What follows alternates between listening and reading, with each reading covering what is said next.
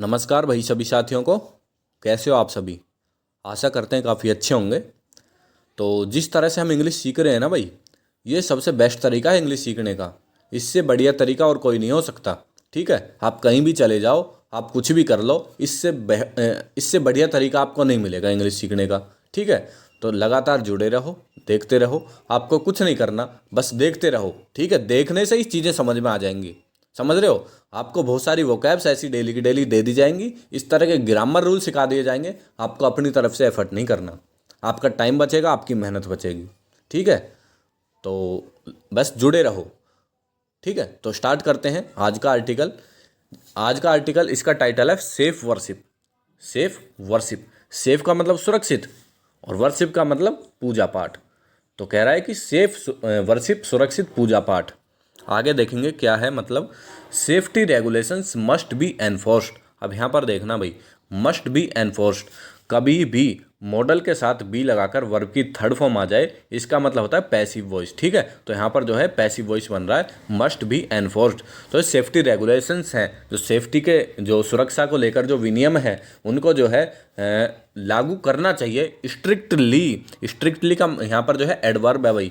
जब भी किसी वर्ड के पीछे एलवाई लग जाए तो एडवर्ब बनता है, और एडवर्ब जो एडजेक्टिव या फिर वर्ब की विशेषता बताए उसको एडवर्ब बोलते हैं। अब यहाँ पर जो स्ट्रिक्टली है वो विशेषता बता रहा है एनफोर्स्ड की, लागू करना चाहिए। और लागू किस तरह से करना चाहिए? स्ट्रिक्टली, मजबूती से, कठोरता से। In places of worship, in places of worship, कहाँ पर लागू करना चाहिए? जो पूजा पाठ के जो स्थल हैं, जो प्लेसेस हैं पूजा पाठ के। ठीक है, दोबारा से एक बार समझेंगे। कह रहा है कि भाई जो सेफ्टी रेगुलेशंस हैं, जो सुरक्षा को लेकर विनियम हैं, उनको जो है बहुत ही मजबूती से, बहुत ही कठोरता से उनको जो है लागू करना चाहिए। और कहाँ पर? जो हमारे वर्शिप के स्थान हैं, जो हमारे पूजा पाठ के स्थल हैं, वहाँ पर। ठीक है, आगे देखो। द एक्सप्लोजन, जो एक्सप्लोजन का मतलब होता है धमाका। तो कह रहा है कि जो धमाका है ऑफ फायर क्रैकर्स, पटाखों का, during a temple festival ritual in Kasaragod, during a festival ritual, sorry during a temple festival ritual, एक मंदिर का उत्सव है। और रिचुअल का मतलब होता है परंपरा, है ना। तो एक मंदिर का उत्सव है जो मनाया जा रहा था, कहाँ पर? इन कासरगोड में। कासरगोड जिला है भाई, डिस्ट्रिक्ट है ऑफ केरला की।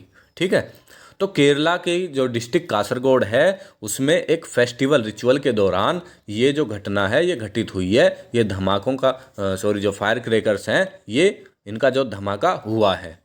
विच लेफ्ट ओवर, अब देखना भाई, विच यहाँ पर क्या है? विच जो है यहाँ पर आपकी जो है रिलेटिव प्रोनाउन है, और किसके लिए आया है यहाँ पर? ये आया है आपका एक्सप्लोजन के लिए। ठीक है, तो कह रहा है कि इस एक्सप्लोजन ने लेफ्ट ओवर, लेफ्ट ओवर का मतलब होता है छोड़ देना, तो इसने छोड़ दिया है 150 पीपल इंजर्ड। मतलब इसने कर दिया है, छोड़ दिया, कर दिया 150 पीपल, 150 लोगों को इंजर्ड, घायल कर दिया। इंजर्ड का मतलब है घायल कर देना। तो कुड हैव बीन अवर्टेड। अब यहाँ पर देखना भाई, जब भी कुड हैव बीन अवर्टेड इस तरह का कोई सेंटेंस आपको देखने को मिले, जब कुड हैव बीन लगा हो और वर्ब की थर्ड फॉर्म लगी हो, शुड हैव बीन वर्ब की थर्ड फॉर्म, इस तरह के जो सेंटेंस होते हैं, इनका मतलब होता है कि पास्ट में किसी चीज़ को इस तरह से किया जा सकता था, है ना। तो कुड मतलब किया जा सकता था, हैव बीन अवर्टेड, अवर्ट का मतलब है रोकना, टालना। तो जो एक्सप्लोजन है, जो ये धमाका है, इसको रोका जा सकता था। कुड हैव बीन अवर्टेड, इसको अवर्ट किया जा सकता था with greater caution. With greater caution, caution का मतलब होता है सावधानी, और ग्रेटर का मतलब बड़ी। तो किसके साथ? विद ग्रेटर कॉशन, एक बड़ी सावधानी के साथ, एंड एन अधेरेंस टू, और अधेरेंस टू का मतलब नोट कर लेना भाई। अधेरेंस टू, अभी एक एग्जाम चल रहा है एमटीएस का, उसमें एक पेपर में अधेरेंस टू का मतलब पूछा गया था। ठीक है, तो नोट कर लेना। अधेरेंस टू का मतलब होता है पालन करना, है ना, ओबे करना, कंप्लाई विद कह सकते हो। ठीक है, तो कह रहा है कि जो एंड एन अधेरेंस टू, और पालन करके, किसका पालन करके भाई? सेफ्टी रेगुलेशंस का, जो सुरक्षा को लेकर विनियम है उनका पालन करके। ठीक है, दोबारा समझेंगे। कह रहा है कि जो एक्सप्लोजन है, कुड हैव बीन अवर्टेड, इसको रोका जा सकता था with greater caution and an adherence to safety regulations. और कैसे रोका जा सकता था भाई? बड़ी सावधानी के साथ, और जो सेफ्टी रेगुलेशंस हैं उनको पालन करके, उनको मान करके इस एक्सप्लोजन को रोका जा सकता था। ठीक है, आगे देखो, दैट सच एन एक्सीडेंट, इस तरह का एक एक्सीडेंट, इस तरह की एक घटना टुक प्लेस का मतलब होता है भाई, टुक प्लेस का मतलब होता है घटित होना, है ना। तो इस तरह की एक घटना घटित हुई है इन ए स्टेट, एक ऐसे राज्य में, वेयर, जहां पर सिमिलर इवेंट्स हैव अकर्ड, जहां पर जो सिमिलर इवेंट्स हैं, सिमिलर का मतलब इस तरह के समान, इवेंट्स मतलब इस तरह के जो कार्यक्रम है, हैव अकर्ड, अकर्ड का मतलब होता है भाई घटित होना, है ना। अकर्ड का मतलब घटित होना। कह रहा है कि इस तरह की जो ये जो घटना हुई है, ये जो दुर्घटना, ये जो एक्सीडेंट हुआ है इन ए स्टेट, एक ऐसे राज्य में हुआ है, वेयर, जहां पर इस तरह के जो समान इवेंट्स हैं, हैव अकर्ड, वो हुए हैं, at regular intervals, regular intervals का मतलब होता है एक अंतराल पर, है ना, एक समय अंतराल के बाद, है ना, लगातार अंतराल पर, है ना, इन द लास्ट 40 ईयर्स, और कब हुए हैं, पिछले 40 वर्षों में। टेल्स, अब देखना भाई, यहाँ पर टेल्स किसकी वर्ब है, यहाँ पर टेल्स जो है वो किसकी वर्ब है, वो वर्ब है सच एन एक्सीडेंट की, है ना। तो ये जो एक्सीडेंट हुआ है, टेल्स, ये बताता है, क्या बताता है भाई, a story of unlearned lessons, a story of unlearned lessons, क्या बताता है, एक कहानी बताता है, किसकी, अनलर्नड लेसन्स की। अनलर्नड लेसन मतलब हमने कुछ भी नहीं सीखा, है ना। अनलर्नड मतलब कुछ चीज़ जो सीखी ही नहीं है, और लेसन्स का मतलब पाठ, मतलब हमने ये जो घटना हुई है ये बताती है कि एक ऐसे राज्य में ये घटना घटित हो गई जहाँ पर इतने सारे इवेंट्स लगातार पिछले 40 सालों में हुए हैं, उसके बाद ऐसी घटना हो गई। तो ये घटना हमको बताती है कि भाई हमने जो है ये जो पीछे हमारे कार्यक्रम हुए हैं इनसे कुछ नहीं सीखा, है ना।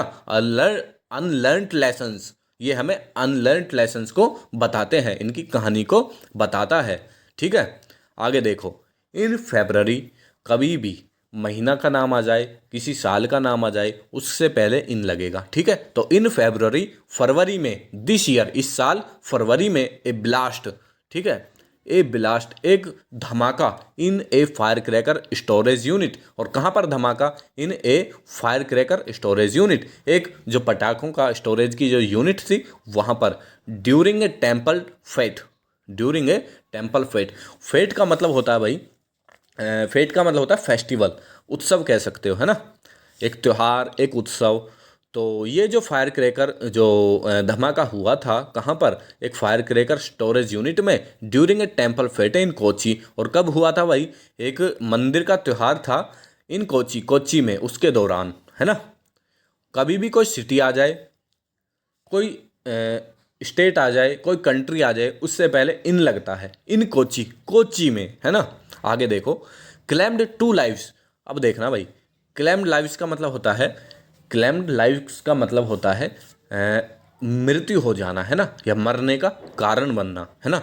तो कह रहा है कि ये जो घटना हुई थी, ये जो ब्लास्ट हुआ था फरवरी में, इसने जो है क्लेम्ड 2 लाइव्स, इसने जो है 2 लोगों को मार दिया, 2 लोगों को मार दिया, एंड लेफ्ट 25 इंजर्ड, और 25 लोगों को घायल कर दिया, है ना।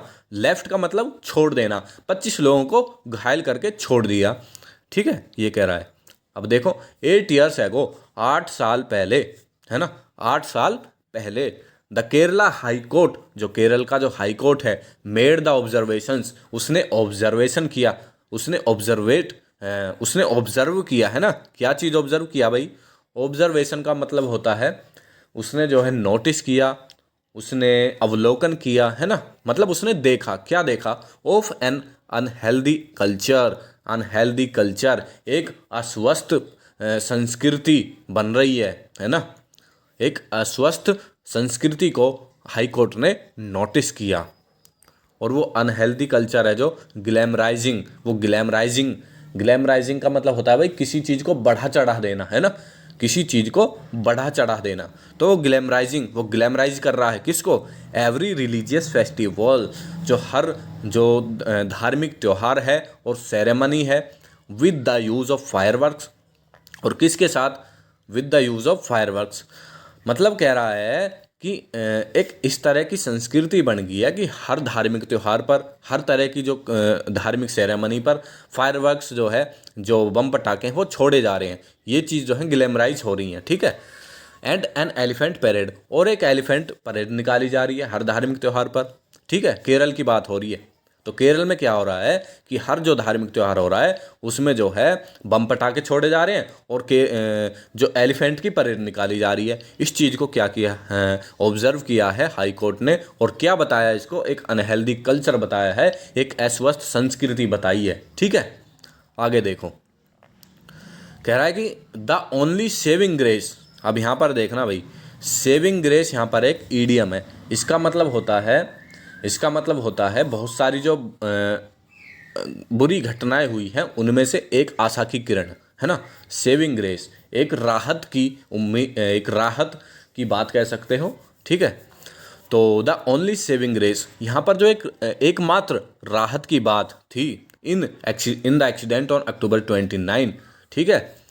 और कब, इन द एक्सीडेंट, इस दुर्घटना में, और दुर्घटना कब हुई, ऑन अक्टूबर 29। कभी भी कोई डेट आ जाए उससे पहले ऑन का यूज़ होता है भाई, ठीक है, ये चीज़ ध्यान रखेंगे। The only saving grace in the accident, जो एकमात्र राहत की बात है इस एक्सीडेंट में, और कौन सा एक्सीडेंट, जो हुआ है ऑन अक्टूबर 29, 29 अक्टूबर को, ठीक है। At the Anju Thambalam Veerer Kavu temple in Nileshwaram.